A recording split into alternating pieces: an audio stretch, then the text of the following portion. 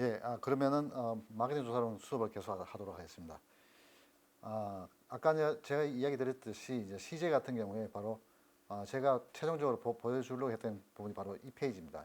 이 페이지 보시면은 CJ 햇반, 다시다, 뭐 맛반 등 그 지금 현재 둘, 넷, 여섯, 여덟, 10개 정도였던 그런 CJ 브랜드에 돼 가지고 오른쪽 보시면 아시겠지만 현재 판촉비와 적정 판촉비의 어떤 그런 상대적인 비율이 나타나 있습니다. 저 비율이 나타나 있다는 것은 어떻게 보면은 사장 입장에서도 보면 어떤 브랜드가 지금 현재 적정 판촉비에 비해서 또 너무 많이 쓰고 있구나 또는 너무 적게 쓰고 있구나 하는 것 같다 좀 명확하게 지금 보여주고 있죠. 예, 그래서 그 사장이 찾던 부분이 바로 여기에 나타나 있습니다. 그래서 제가 이제 이 부분을 여러분한테 보여주는 이유는 뭐냐면은 사실 여기 나타나는 이 표 있지 않습니까?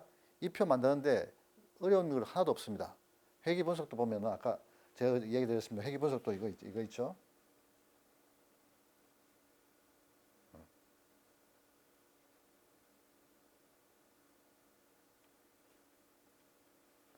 이거 이 2차 방정식 2차 방정식만 제대로 추출하면은 2차 방정식을 여러분 얼마든지 만들어낼 수 있죠. 데이터가 12개 있다 하면 데이터가 갖다가 그 SPSS 넣게 되면 이런 요 데이터를 갖다가 가장 잘 대변하는 그런 2차 방정식 수를 나타내 주는데 2차 방정식을 얼마든지 여러분이 추출해낼 수 있기 때문에 여러분 실력으로도 얼마든지 할 수 있는 그런 게 바로 이건데 문제는 이런 것들을 배웠으면은 그 배운 걸 갖다가 나중에 활용해 가지고 그 조직에 도움이 되도록 해줘야 되는데 여러분들이 충분히 배워서 실력을 갖고 있는데도 불구하고 그걸 활용을 못하고 있다는 얘기입니다. 무슨 말인지 알겠습니까?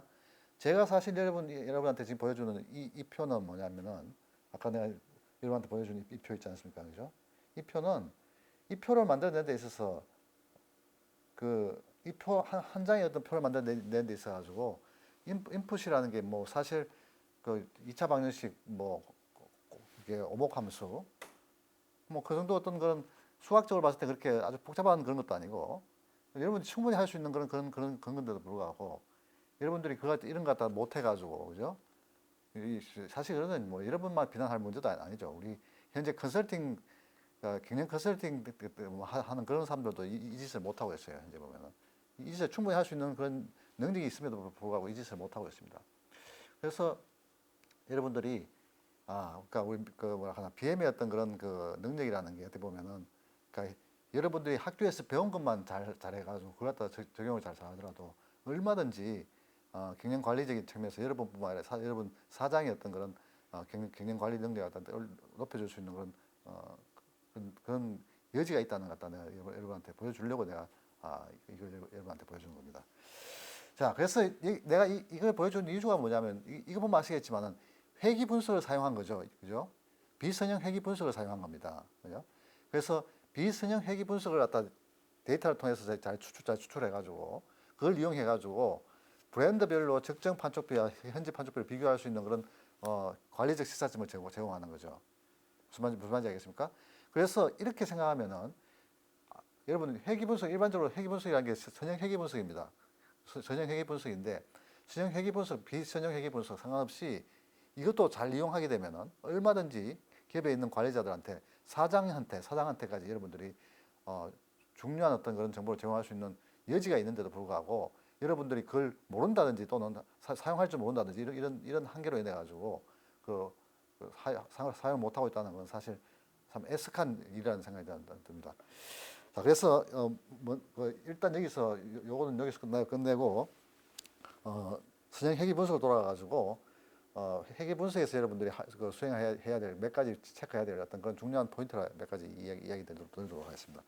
자, 선형 회계 분석으로 돌아가가지고 선형 회계 분석은 뭐 당연히 함수 자체가 선형 함수죠, 그죠? y equal ax 플러스 b, 그러니까 1차 함수 있지 않습니까?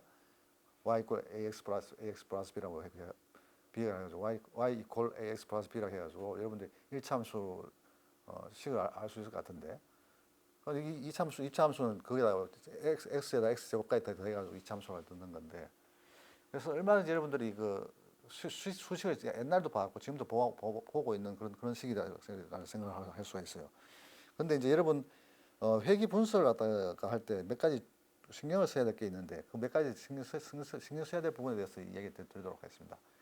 자, 먼저 회기 분석에서 우리가 생각해야 될 게 뭐냐면은 그 다중공선성, 그죠? 다중공선성이라는 걸 갖다 한번 생각해봐요. 다중공선성. 얘기는 없습니다만은 다중공선성이라는 부분을 갖다 생각해봐야 되는데 다중공선성이라는 게 무슨 이야기냐면은 이 보면 아시겠지만 회기 분석에서 독립 변수로 들어갈 수 있는 것들은 뭐 아까 뭐 판촉비라든가 뭐 매출을 설명할 수 있는 그 다양한 어떤 그런 것들이 다 독립 변수로 들어갈 수가 있죠, 그죠? 그런데 문제는 독립 변수로 막 수많은 걸 넣게 되면 예를 들면 막 한 10개, 20개 독립 변수 넣어가지고 매출한테 예측한다. 이러면 숫자가 많은 게 더 잘 예측하겠습니까? 숫자 적은 게 더 잘 예측하겠습니까? 당연히 숫자가 많은 게 더 잘 예측하겠죠, 그죠? 그래서 이제 누구든지 뭐냐면은 그 매출한테 예측하려고 할 때 그때 예측할 수 있는 독립 변수로서 뭐 여기 뭐 아까 얘기했지만 뭐 판촉비라든지 뭐 광고비라든지 가격이라든지 뭐 온갖 것 다 단어를 생각할 거예요. 문제는 뭐냐면 이게 숫자가 점점 독립 변수 숫자가 점점 늘어나게 되면은 그로 인해서 생기는 문제가 있을 수 있는데 그게 바로 다중공선성 문제, 다중공선성 문제입니다. 자, 다중공선성 문제는 무슨 문제냐면은 한번 생각해봐요. 매출을 예측할 수 있는 그런 독립 변수라는 게 아까 판촉비 말고 가격도 될 수가 있고 광고비도 될 수가 있고 뭐 수많은 것들이 될 수 있지 않습니까? 자, 그런 것들을 갖다 이렇게 한 10개 정도 넣었다고 생각해 봅시다. 10개 정도 독립 변수를 넣었을 경우에 그 10개를 가지고 매출을 예측할 경우에 이게 어떤 문제가 발생할 수 있냐면은 10개 넣는 독립 변수들이 각자 독립적이라 하면 상관없는데 독립적이지 않다 하면 문제가 될 수가 있습니다. 무슨 얘기냐면은 10개 정도 변수를 넣었는데 그중에서 2개, 3개가 거의 똑같을 수가 있습니다. 무슨 말이냐? 판촉비하고 광고 가격, 제품 가격하고 거의 비슷할 수 있어요. 그죠? 판촉비 썼다 하면 가격이 떨어질 거 아니야. 그죠? 그래서 상당히 상관관계가 높은 어떤 그런 것들이 독립 변수로 같이 들어갈 수가 있습니다. 자, 상관관계가 높은 어떤 그런 변수들이 독립 변수로 같이 들어가게 되면은 이게 각 독립 변수의 어떤 그런 그 예측력에 있어서 큰 문제가 발생할 수 있습니다. 그게 바로 다중공선성 문제입니다. 이 다중공선성 문제는 해결할 수 있는 방안이 뭐 지금까지 보게 되면 큰 방안이 없어요. 어떻게 보면은 그러니까 다중공선성이 있는 어떤 그런 변수들 중에서 그 서로 상관관계가 높은 것 중에서 일부를 빼버린다든지 분석에서 빼가지고 이제 그 분석을 한다든지 이렇게 하는 수밖에 없는데 여하튼간에 이 다중공선성 문제는 상당히 심각한 문제이기 때문에 그런 부분을 생각해가지고 절대 독립 변수로서 같이 상관관계가 높은 어떤 그런 변수를 갖다가 같이 넣어서는 안 된다는 걸 여러분이 좀 생각을 해줘야 됩니다. 자, 그 다음에 여러분들이 봐야 될 게 뭐냐면은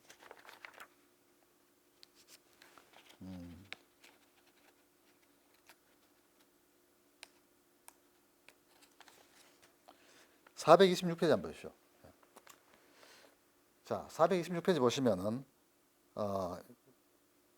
출력 결과라 해가지고 중간에 내려가다 보면은 multiple r 스퀘어란 말이야. r 스퀘어, 그죠? r 스퀘어 아까 r 스퀘어 나왔었죠. 아까 이게 나왔었죠. 이게.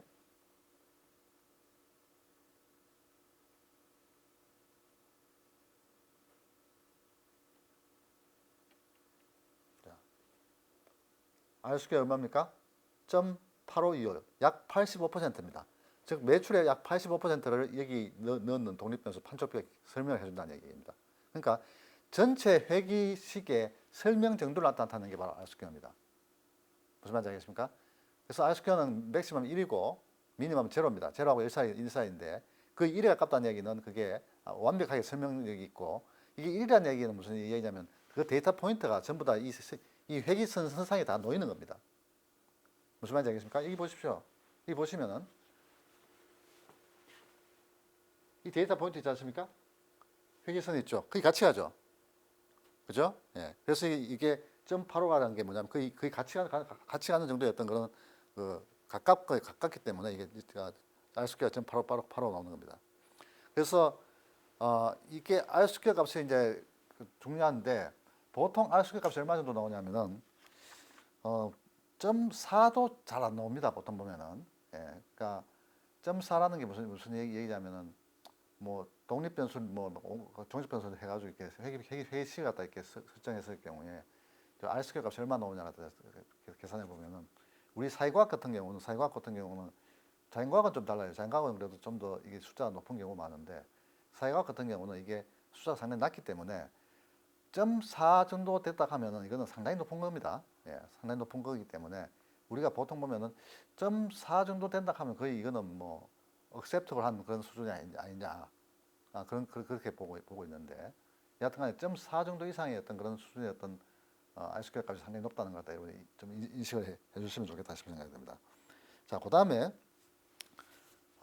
독립 변수입니다. 독립 변수의 어떤 그런 그 유의성을 우리 검증해 봐야 되는데 이 식은 뭐냐면은 독립 변수가 하나밖에 없어요. CS가 하나밖에 없죠. 매출 그 종속 변수는 종합 변수 있구나.